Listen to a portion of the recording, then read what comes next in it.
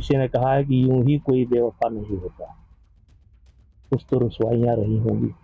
अयोध्या का बच्चा बच्चा जानता है कि कौन लोग इसमें संलिप्त थे। राम मंदिर दान चोरी मामले में ब्रजभूषण शरण सिंह का एक ऐसा दर्द छलका है, एक ऐसा बयान सामने आया है जिसे सुनकर आप भी सोचेंगे कि जो व्यक्ति राम मंदिर आंदोलन से जुड़ा रहा उसके साथ ऐसा बर्ताव क्यों हुआ और क्यों हो रहा है, और वो व्यक्ति क्यों इस तरह के बयान दे रहा है। इस वीडियो में हम इसी पर करेंगे बात। नमस्कार, 4 PM पर आप सभी का स्वागत है। दोस्तों, कुछ तो मजबूरियां रही होंगी, यूं ही कोई बेवफा नहीं होता। यह सिर्फ एक शेर नहीं बल्कि पूर्व बीजेपी सांसद ब्रजभूषण शरण सिंह के मन की पीड़ा है। वही ब्रजभूषण जिन्होंने राम मंदिर दान चोरी मामले में पहले कहा था कि पहले दिन से ही राम मंदिर में खेल चल रहा था, इसलिए मैं आज तक राम मंदिर दर्शन करने नहीं गया। राम मंदिर दान चोरी का मामला बीते कई दिनों से दोस्तों चर्चाओं में चल रहा है। जांच हुई, कई लोग गिरफ्तार हुए, लाखों रुपए बरामद हुए, बड़े पदाधिकारियों के इस्तीफे हुए, उनके इस्तीफे ट्रस्ट की बैठक में मंजूर हुए, दूसरों को जिम्मेदारी सौंपी गई। लेकिन इसके बावजूद सवाल अभी भी खत्म नहीं हुए। यही वजह कि इस मुद्दे पर सिर्फ विपक्षी नहीं बल्कि बीजेपी के अपने पुराने नेता भी खुलकर या इशारों इशारों में अपनी बात को वो रख रहे कह रहे हैं। अब मीडिया से बातचीत में ब्रजभूषण शरण सिंह ने एक बार फिर ऐसा बयान दिया जिसकी चर्चा हर ओर हो रही है। दोस्तों, राम मंदिर दान चोरी का मामला लगातार गरमाया हुआ है। साथ ही साथ बीजेपी नेता ब्रजभूषण शरण सिंह के अभी तक राम मंदिर दर्शन के लिए न जाने का मामला भी गरमाया हुआ है। इस मामले को लेकर पिछले दिनों शंकराचार्य स्वामी अवि मुक्तेश्वरन ने भी उनके मन में पीड़ा होने की बात कही थी। अब इस मामले में मीडिया से बातचीत के दौरान एक बार फिर ब्रजभूषण शरण सिंह की पीड़ा बाहर आई है। राम मंदिर में दर्शन न करने जाने को लेकर उन्होंने शरणा अंदाज में कहा, कुछ तो मजबूरियां रही होंगी, यूं ही कोई बेवफा नहीं होता। उनका यह बयान सोशल मीडिया पर तेजी से वायरल हो रहा है। जी हाँ, वही दोस्तों, ब्रजभूषण सिंह ने कहा कि अभी जांच चल रही है, सरकार ने इस मामले को गंभीरता से लिया है, जांच रिपोर्ट आने दीजिए, इससे साफ हो जाएगा कि जांच सही थी या गलत। वो कहते हैं कि अयोध्या का बच्चा बच्चा जानता है कि इसमें कौन कौन लोग शामिल थे। वही दोस्तों, ब्रजभूषण ने बड़ा बयान देते हुए कहा कि अब जब हमारे जैसे लोगों को आमंत्रित ही नहीं किया गया, जबकि 6000 लोगों को बुलाया गया था, इनमें वे लोग शामिल थे जिनकी विचारधारा हमसे मेल नहीं खाती, ऐसे में वहां जाने का सवाल ही नहीं उठता।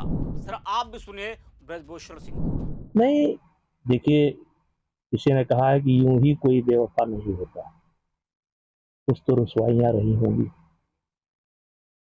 अब जब हमारे जैसे लोगों को आमंत्रित ही नहीं किया गया, जबकि 6000 लोग बुलाए गए, उसमें बहुत से ऐसे लोग हैं जो हमारी विचारधारा से भी ताल्लुक नहीं रखते हैं,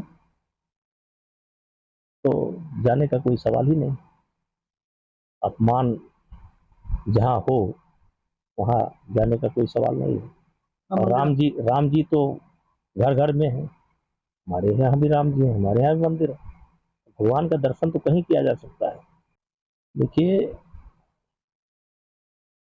जांच चल रही है और सरकार ने इसको गंभीरता से लिया है। अब जांच की रिपोर्ट आने दीजिए और अपने आप स्पष्ट हो जाएगा कि जांच सही हुई है कि गलत हुई है।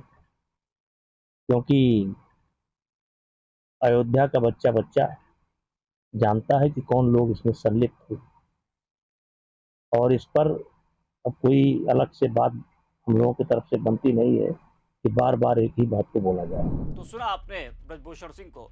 उनका यह बयान अब राजनीतिक गलियारों में चर्चा का विषय बना हुआ है, खासकर ऐसे समय में जब उत्तर प्रदेश विधानसभा चुनाव नजदीक आ रहे हैं। ऐसे में उनके हर एक बयान के राजनीतिक मायने भी निकाले जा रहे हैं।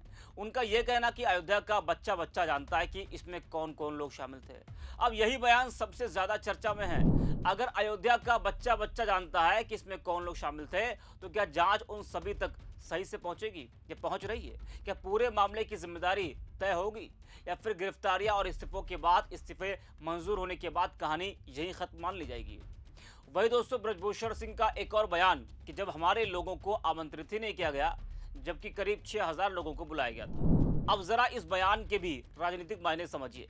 ब्रजभूषण सिंह उन नेताओं में रहे जिनका राम मंदिर आंदोलन में बड़ा योगदान रहा। ऐसे में अगर वह सार्वजनिक तौर पर यह कह रहे कि उन्हें निमंत्रण नहीं मिला था, जबकि हजारों लोगों को बुलाया गया था, तो यह स्वाभाविक रूप से चर्चा का विषय बनता है। यही से सवाल भी उठते हैं, क्या राम मंदिर आंदोलन से जुड़े कुछ पुराने चेहरों को धीरे धीरे किनारे कर दिया गया? क्या यह सिर्फ निमंत्रण का मामला था या फिर इसके पीछे कोई बड़ा राजनीतिक संदेश छिपा था? और जब वही नेता अब राम मंदिर दान चोरी के मामले पर भी लगातार सवाल उठा रहे हैं, तो उनके बयान यूपी चुनाव से पहले और ज्यादा सियासी महत्व हासिल कर लेते हैं। ऐसे में यह सिर्फ एक नेता की नाराजगी नहीं, बल्कि एक ऐसा बयान बन गया है जिसने राजनीतिक बहस को फिर से तेज कर दिया है। तो यूपी चुनाव से पहले राम मंदिर दान चोरी का मामला गरमाया हुआ है। विपक्ष से लेकर बीजेपी के अपने लगातार हमलावर है। इस मुद्दे का बड़ा असर आने वाले चुनाव पर भी देखने को मिल सकता है, क्योंकि ये बड़ा राजनीतिक मुद्दा बन चुका है। अगर इसे वक्त रहते न सुलझाया गया तो इसका असर अगले साल होने वाले उत्तर प्रदेश विधानसभा चुनावों के नतीजों पर पड़ सकता है, और सबसे ज्यादा असर पड़ेगा बीजेपी पर। जी हाँ, वही दोस्तों, दान चोरी को लेकर श्रद्धालु नाराज हैं, लेकिन राम मंदिर दर्शन में कोई कमी नहीं आ रही। जिस तरह से लोग पहले अयोध्या जाकर राम मंदिर में दर्शन करते थे, उसी तरह से दर्शन आज भी जारी है। और जिस तरह से श्रद्धालु पहले दान करते थे, वैसे ही दान अब भी कर रहे हैं, लेकिन नाराजगी है, वो सवाल भी कर रहे हैं। जी हाँ, वही इस मुद्दे को लेकर विपक्ष राजनीतिक फायदा उठाने में लगा है। अब इसका असर आने वाले चुनाव पर कितना पड़ता है, बीजेपी को क्या इस मुद्दे से नुकसान होता है, ये देखने वाली बात हो। इस बीच उम्मीद है अभी 4 PM। नहीं, देखिए, किसी ने कहा है कि यूं ही कोई बेवफा नहीं होता, कुछ तो रुसवाइयां रही होंगी। अब जब हमारे जैसे लोगों को आमंत्रित ही नहीं किया गया, जबकि 6000 लोग बुलाए गए, उसमें बहुत से ऐसे लोग हैं जो हमारी विचारधारा से भी ताल्लुक नहीं रखते हैं, तो जाने का कोई सवाल ही नहीं। अपमान जहाँ हो वहाँ जाने का कोई सवाल नहीं है।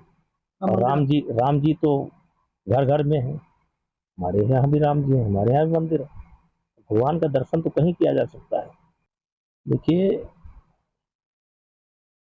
जांच चल रही है और सरकार ने इसको गंभीरता से लिया है। अब जांच की रिपोर्ट आने दीजिए और अपने आप स्पष्ट हो जाएगा कि जांच सही हुई है कि गलत हुई है। क्योंकि अयोध्या का बच्चा बच्चा जानता है कि कौन लोग इसमें संलिप्त थे, और इस पर अब कोई अलग से बात हम लोगों की तरफ से बनती नहीं है कि बार बार एक ही बात को बोला जाए।